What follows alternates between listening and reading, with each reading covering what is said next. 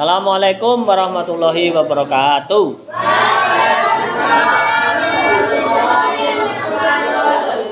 Rabbi shrah li sadri wa yassir li amri wahlul 'uqdatam min lisani yafqahu qawli.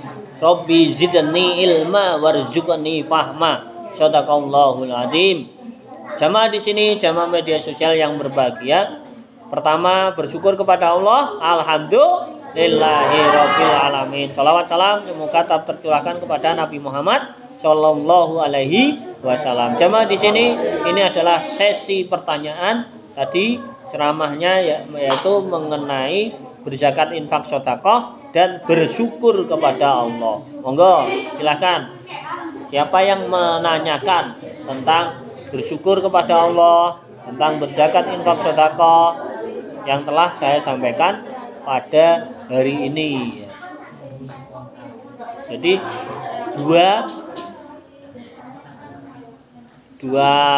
ceramah umum. Ini sesi pertanyaan. Silakan.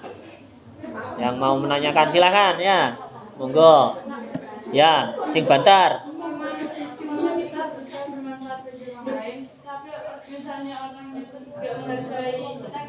Oh ya, kalau kita sudah berusaha untuk membantu dia, untuk bermanfaat bagi orang lain, menolong mereka, tetapi orang lain yang ditolong itu tidak menghargai jerih payah.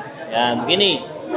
Kalau kita melakukan hal yang terbaik bagi orang lain atau bermanfaat bagi orang lain, membantu dia menyelesaikan masalahnya, contohnya umpama sekolah menyelesaikan untuk nggarap PR, ya, atau membantu dia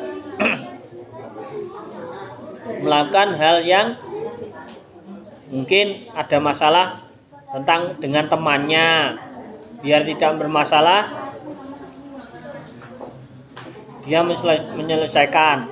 Ya, minum dulu ya.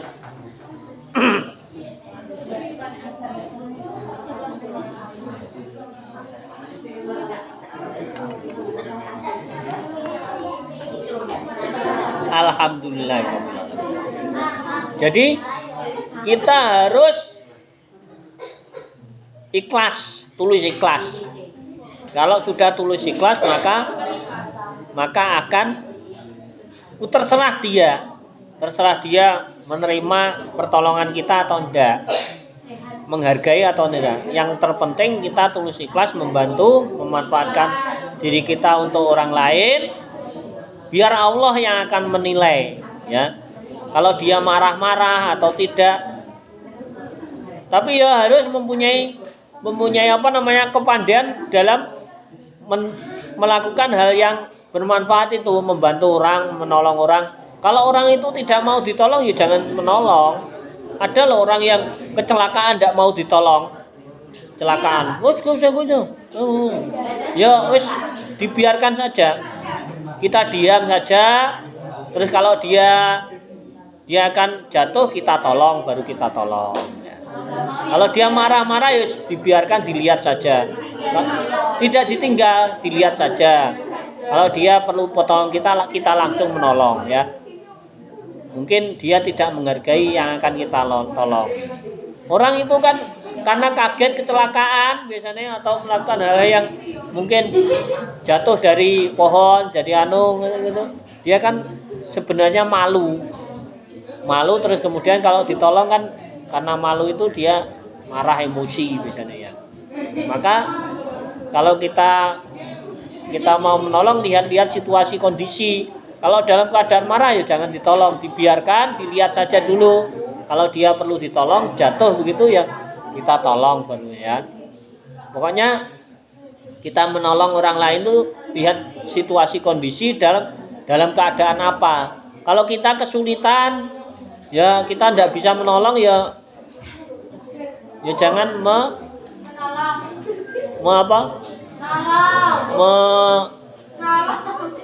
memaksakan diri untuk menolong, ya. Jangan memaksakan. Menolong itu sesuai dengan standar kemampuan, jangan memaksakan diri, ya. Kalau ada temannya yang kelelep di pas waktu di sungai kita ndak bisa renang, masa kita ikut nyemplung, ya kelelep pisan. Bagaimana cara menolong? Ya mencari alat-alat atau bengok-bengok kepada orang yang mungkin bisa. Itu memaksakan diri nyemplung pisan, mati pisan, tidak boleh ya. Kita mau menolong, lihat kita kemampuan diri kita. Kalau nggak mampu renang, ya jangan menolong, ya bengok-bengok pada temannya. Tolong ada yang keter, ada yang hanyut gitu. Kita minta bantuan orang lain atau kita ngambilkan sesuatu kemudian kita cegat di sana, terus di darat itu cemplungnya, terus dia pegangan, terus kita baru menolong dia ya. Sesuai kemampuan. Ada temannya yang kecemplung sumur, kita nggak bisa berenang, kita nyemplung pisan, mati pisan. Lihat situasi kondisi kita mampu ndak, ya begitu. Kemudian ada temannya yang hutang piutang, utangnya banyak, kita mau membantu ndak bisa karena kita juga punya utang, ya jangan. Kita bantu orang, kita utang orang lain untuk membantu, ya tidak boleh. Bagaimana baiknya menyelesaikan itu, yaitu menelpon teman-teman kita yang mungkin bisa membantu. Jangan kita yang bantu, tapi kita bantu memfasilitasi bahwa dia itu bisa dipercaya gitu. Itu omongan kita. Kalau dia tidak bisa dipercaya, ya kita diam saja, kita memberi nasihat yang baik ya. Sesuai dengan kemampuan saja. Jangan menolong tidak sesuai kemampuan. Nanti yang sengsara kita. Tidak boleh itu mendolimi diri sendiri, tidak boleh. Ya, iya. Loh, mendolimi diri sendiri itu tidak boleh. Bisa. Ya. Loh, kita itu sebenarnya tidak menyadari bahwa kita itu dolim pada diri sendiri itu bisa. Kalau kita lelah, ya tidur harusnya. Jangan terus melek, nanti sakit. Kalau kita lelah sekali, kemudian kita dekatnya kipas angin, ya jangan kipas anginan. Nanti bisa sakit jantung, stroke, tiba-tiba sakit. Makanya zaman sekarang ini kita harus hati-hati melihat situasi kondisi keadaan tubuh kita. Kalau kita capek, lelah sekali, tidur saja. Dan jangan didekatkan dengan kipas angin. Kalau nanti tahu-tahu kita menggeh-menggeh, banyak sekali kasus itu kalau lelah sekali, bekerja keras begitu, kemudian tidur, dekatnya ada kipas angin 2 atau 3. Apa yang terjadi? Malam hari sakit menggeh-menggeh, jantung mati. Ada yang stroke, ya tenang, gak bujuk.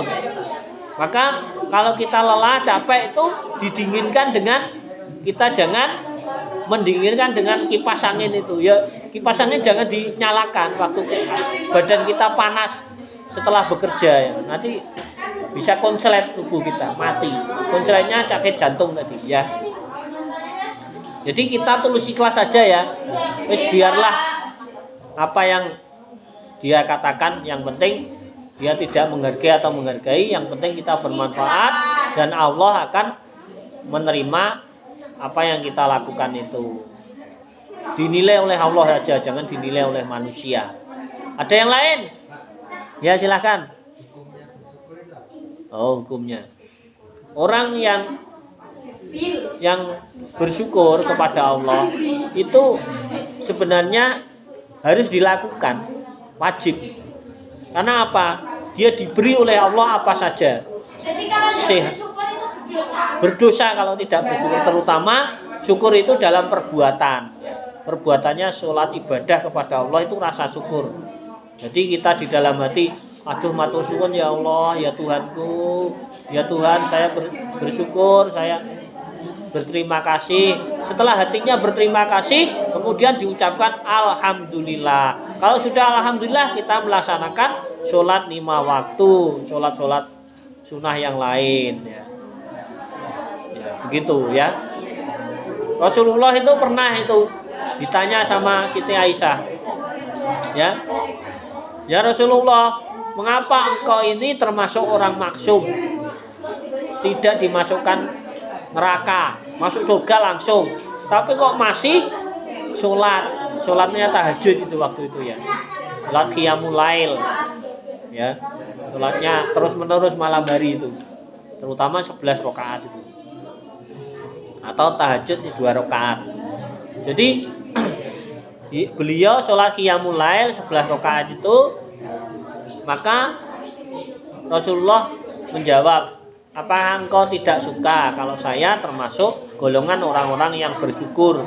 Gitu. Jadi golongan orang-orang bersyukur itu adalah Allah memberikan kepada Nabi Muhammad apa saja, kemudian dimasukkan surga tanpa hisab Nabi Muhammad, tapi Nabi Muhammad dengan sholat itu dia bersyukur kepada Allah. Maka rasa syukur Nabi Muhammad itu kita contoh, ya, kita contoh.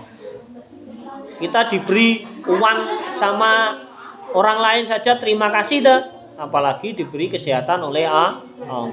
Maka kita harus bersyukur kepada Allah di dalam hati, dalam ucapan, dan dalam perbuatan, yaitu dengan melaksanakan ibadah kepada Allah sesuai dengan contoh dari Nabi Muhammad Shallallahu Alaihi Wasallam. Jangan contoh yang lain, nanti nggak diterima, protes. Ya. Protes piye? Contohnya orang lain yang tidak Nabi, tidak Rasulnya Allah, Tuhan sekalian alam. Ada yang lain? Ya wajib ya, wajib syukur itu. Ada yang lain? Tanya, silakan. Hah? Ada tanya? Oh, enggak. Kalau tidak ada yang tanya, terima kasih. Kita akhiri dengan doa kafaratul majlis. Bismillahirrahmanirrahim. Subhanakallahumma wa bihamdika asyhadu an la ilaha illa anta astaghfiruka wa atubu ilaik. Terima kasih.